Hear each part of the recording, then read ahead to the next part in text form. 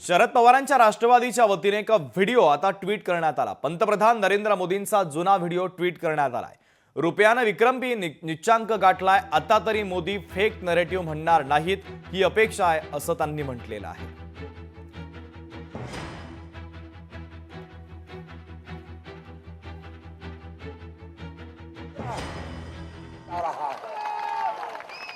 ये जवाब देना पड़ेगा आपको। देश आपसे जवाब मांग रहा है। ये ऐसे नहीं होता मित्रों।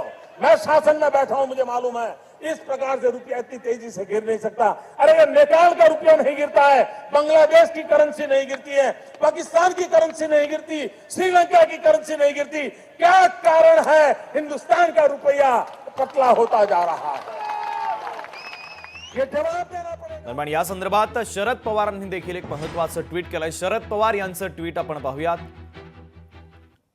रुपयाने विक्रमी निच्चांक गाठलाय। $1च्या तुलनेत पहिल्यांदाच रुपया 87 रुपयांपर्यंत पोहोचला। आता किमान याला तरी पंतप्रधान नरेंद्र महोदय फेक नरेटिव्ह म्हणणार नाही ती अपेक्षा आहे असं राष्ट्रवादी शरदचंद्र पवार पक्षाच्या वतीने ट्विट करण्यात आलेलं आहे।